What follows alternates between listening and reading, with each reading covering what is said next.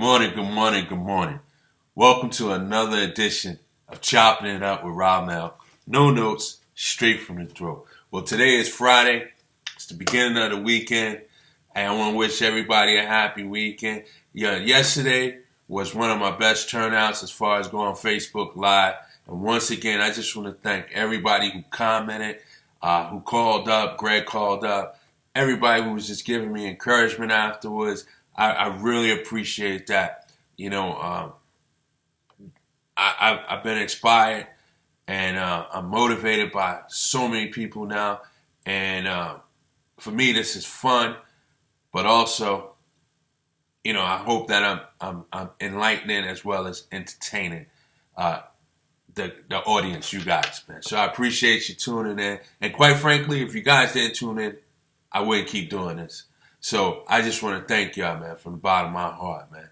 But getting on to sports, man, what a performance last night in the NFL by Derek Carr. I know in his short career, this is one that he wants to forget.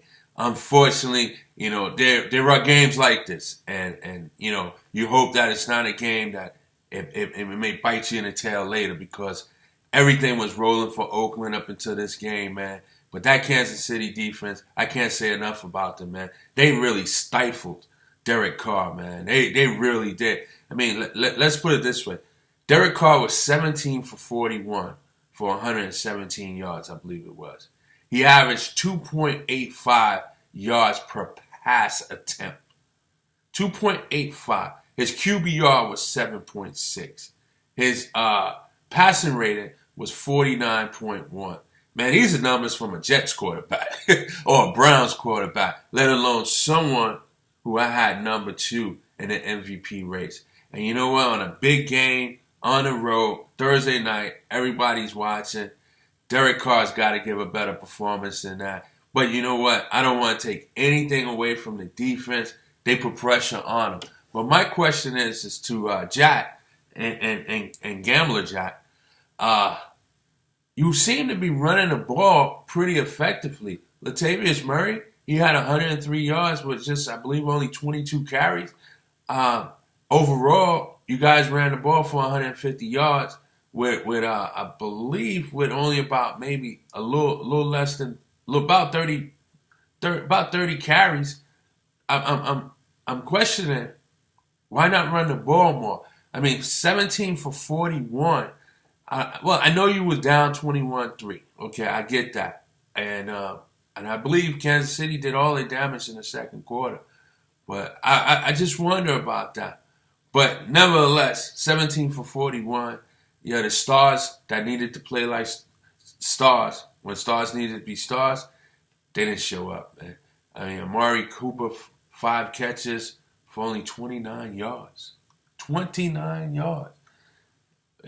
Hey, but you know what? As bad as it seemed, got to give credit where credit is due. Andy Reid, they had their team ready to play. They traveled from, I believe it was Atlanta to home on a short week, got prepared, and came out there and played well, extremely well. Now, here's the thing. Can you blame it on the weather? If you blame it on the weather, then Oakland, then you need to practice somewhere in up north, because if you go deep in the tournament, you could be outside, whether it's Kansas City again, Denver, or possibly New England. Or if you got a first-round matchup with Pittsburgh or Baltimore, you're going to be outside. So this is one of those things where, the cold, you got to get used to this cold.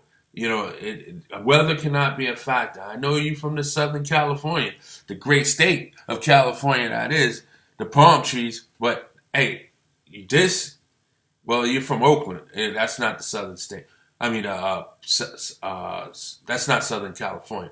But still, you got to get used to this cold weather. And if you want to go deep into the tournament. And this loss is such a bad loss because Kansas City sweeps the series. So if there's any tiebreaker scenarios for the division, it's going to Kansas City.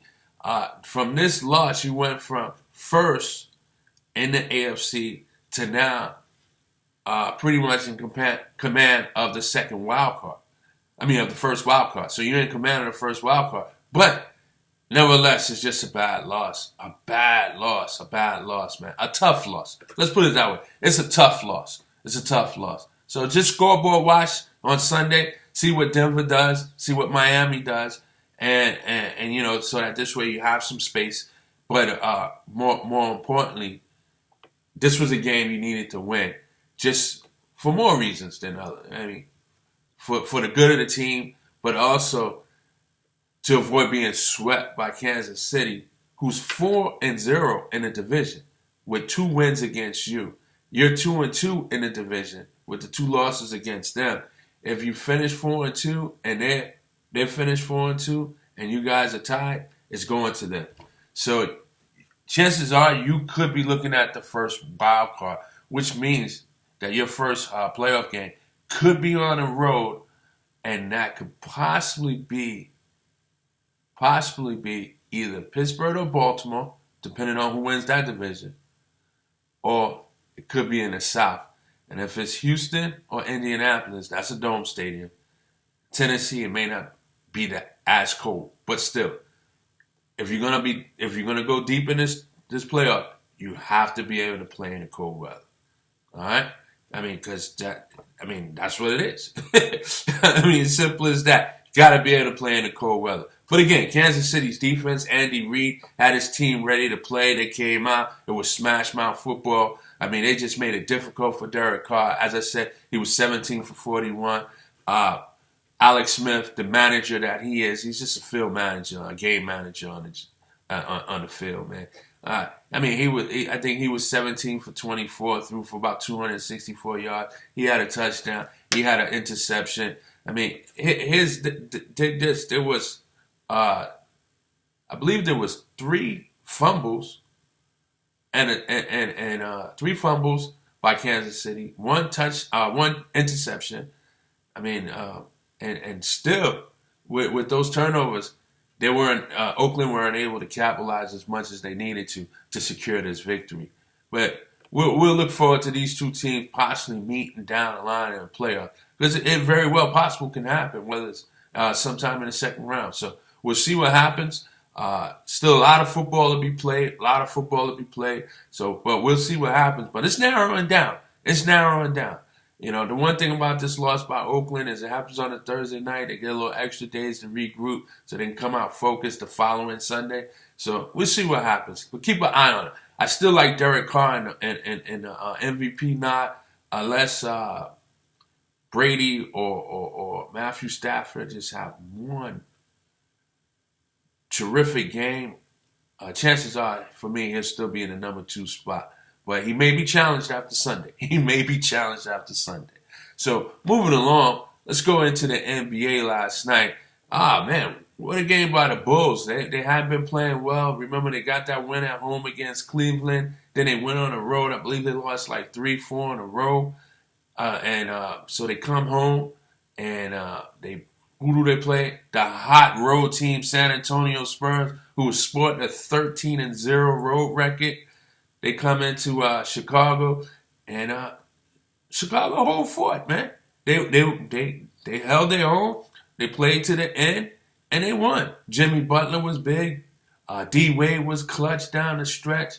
Just a great game by them to give San Antonio their first road loss. Man, what a great game, man. And the way Chicago played last night, this is a team in my mind that I think could be a top 4 in the East, man. No doubt about it. They could be a top 4 team in the East, especially when they're playing like last night. One thing about this team, man, they got a little bit of everything. They got shooters and McDermott. Some people think they don't have enough three-point shooting, but if Mirotic ever get going from the outside, between him and McDermott, that might be enough. Taj Gibson, the workhorse. He's like a poor man Boozer. But yeah, this is a guy that you look up, he's got a double-double, and you never even called this play out. Robin Lopez is a pretty good rim protector, good rebounder, very smart player.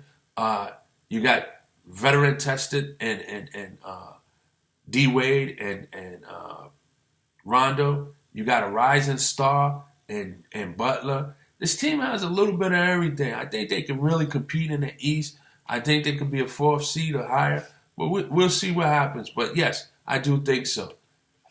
I do think so. And then you have Golden State last night to go into Utah, continue their winning ways. Utah was shorthanded, no problem for Golden State as they jumped out.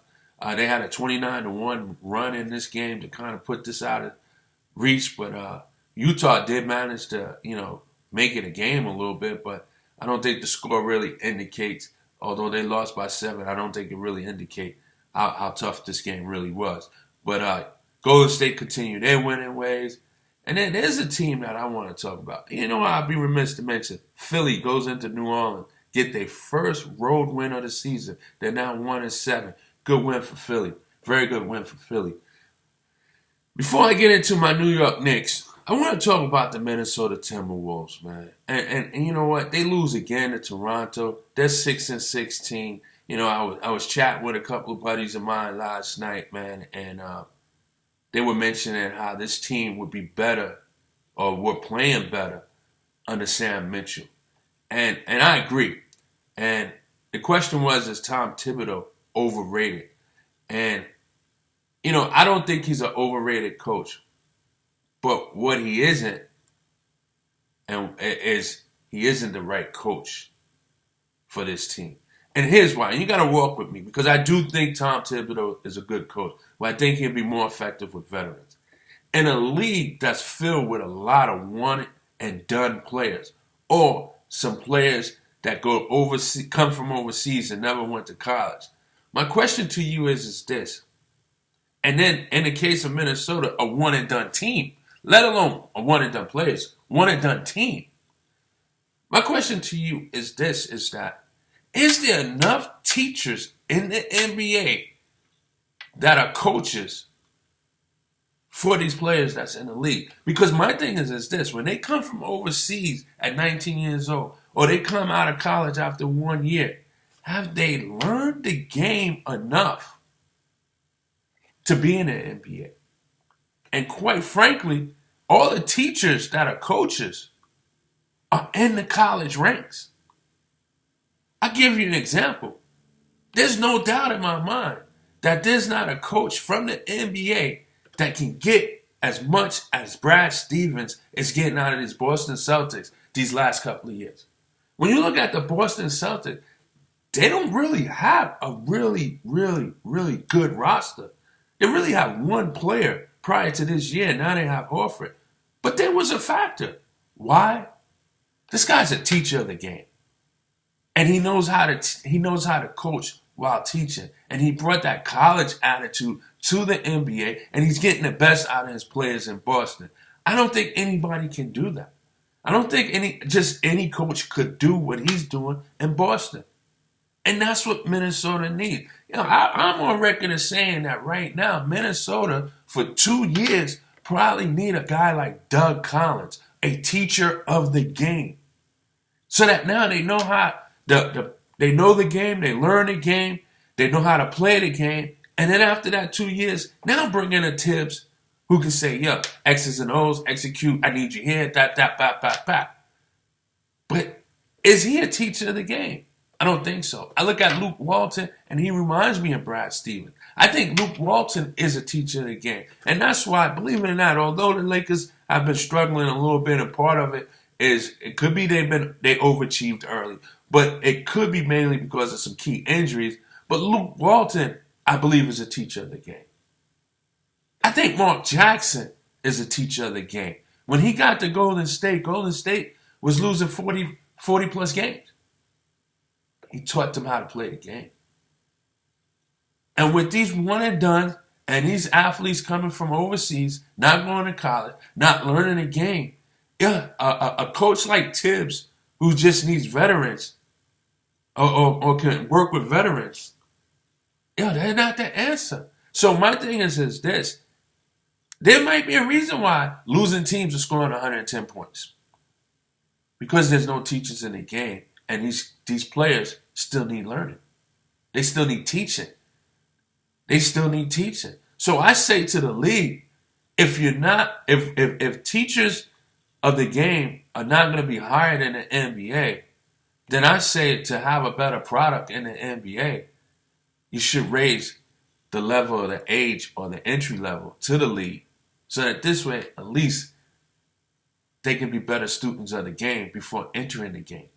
You know, you look at college football, yeah, it may also have something to do with their bodies, but by the time they're juniors, they probably have enough knowledge of the game to have success in the game, where they don't have to be, where they come in as a student of the game. So I'm looking at this Minnesota team. They're 6-16. They shouldn't be there. It's too much talent there. And what's going to happen? I can see Thibbs making a trade and maybe trading away a youngster like Levine. Maybe looking to trade Chris Dunn. Maybe looking to trade Shabazz Muhammad. You know, to bring in a veteran. You know, just because he needs help. He needs an extension on the court. I believe last year this time, even as a rookie with Towns, I think that team was ahead of pace. I think they would have been better off with Sam Mitchell. Yes, I'm going there. I think they would have been better off with Sam Mitchell for at least one more year, possibly two, before you hire somebody of the caliber of Thibbs. Just something for you guys to think about out there. Moving on to the Knicks. Listen, I'm going to chalk that one up. That's Cleveland. The Knicks are just not on the level of Cleveland. They're not there yet. No matter how excited I am about this team, they're not there yet. I get that. I understand that. But at the same time, I need to talk about Phil. It's time for Phil to go. It's time for Phil to go. There's no other GM in the league that you hear from unless a key acquisition was made, possible trades might be made at the deadlines, or if their team is either on a hot streak or a very cold streak. Once in a while, you might see a microphone get in front of a GM. But I've never seen a GM that decides to wake up in the morning and hold press conferences and just make his way around all the circuits. It's time for him to go. It really is. It's time for him to go. It's not like he's done a great job. That's number one. Number two, Carmelo. We could talk about him doing this, not being that, da-da-da-da-da. But one thing we could say about him, he wants to be in New York. The second thing we can say about him, he always says nearly 100% of the time, he says the right things when in front of a camera. This guy's never wavered about wanting to be in New York. He's never said, get me out of here, better the team or out. He's always said, let's let the process play out. Phil's got something, da-da-da-da-da-da-da.